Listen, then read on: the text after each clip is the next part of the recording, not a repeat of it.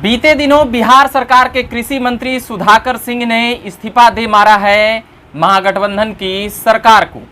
अब कुमार सरबजीत बनाए गए हैं नए कृषि मंत्री, उनको जिम्मेदारी दी गई है और भी उनके पास जो मंत्रालय थी वह रहेगी, मगर कृषि मंत्री का कह सकते हैं कि एक्स्ट्रा चार्ज दिया गया है। अब क्यों, क्या हुआ, क्यों चोरों के सरदार कहकर खुलेआम सुधाकर सिंह ने बिहार की सियासत में एक नया कह सकते हैं कि हलचल मचा दी थी, मगर अब उनका इस्तीफा हो गया है।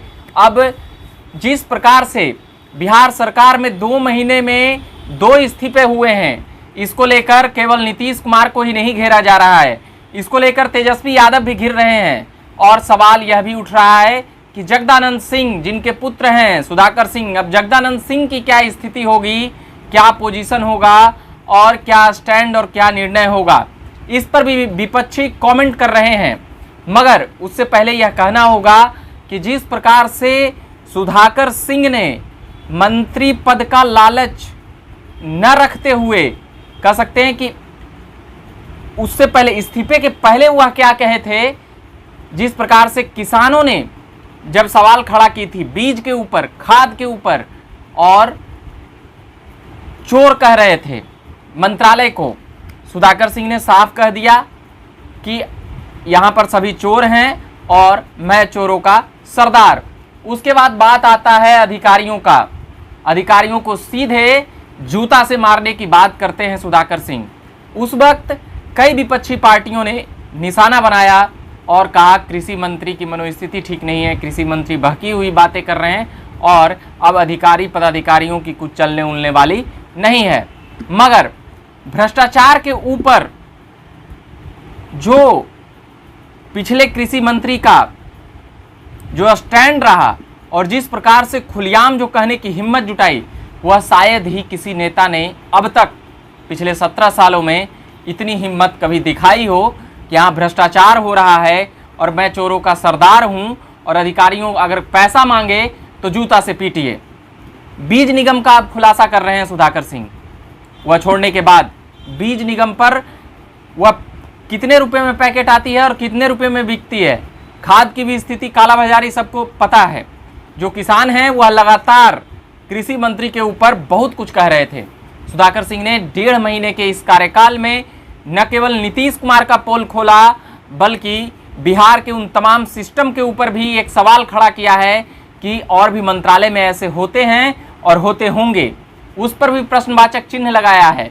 और साथ ही जिस प्रकार से उनका इस्तीफा हुआ है, क्या यह इस्तीफा लालू प्रसाद यादव या लालू परिवार तेजस्वी यादव की तरफ से कहा गया या जगदानंद सिंह की तरफ से कहा गया या फिर मुख्यमंत्री नीतीश कुमार की तरफ से कहा गया? क्योंकि जब पत्रकारों ने नीतीश कुमार से पूछा था तब नीतीश कुमार कहे थे कि यह सवाल उप मुख्यमंत्री का है, यानी कि तेजस्वी यादव का है। अब एक सवाल और खड़ा हो रहा है, 2 महीनों में 2 स्वर्ण मंत्रियों को जिस प्रकार से कार्तिकेय सिंह और अभी सुधाकर सिंह का इस्तीफा होता है, इस पर भी सरकार के ऊपर सवाल खड़ा हो रहा है कि स्वर्णों को किनारे कर रही है महागठबंधन की सरकार।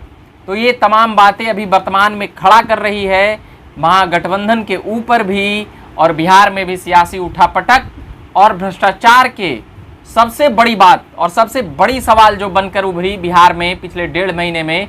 और एक और जो बातें कह सकते हैं, सुधाकर सिंह का इमेज जो बन रहा था, लगातार वो मंत्रालय के ऊपर जो हमला कर रहे थे और उन्होंने खुद को चोर का सरदार कह दिया, उसके बाद अधिकारी पैसा मांगे तो जूता दे मारिए, ये तमाम बातें कहीं ना कहीं उनका एक पोजीशन तय कर रहा था कि अब उनकी भूमिका क्या होने वाली है, अब उनका काम करने का तरीका और स्टाइल क्या है। वह सीधे तौर पर महागठबंधन के सरकार का सबसे बड़ा अड़चन वह बन गए थे।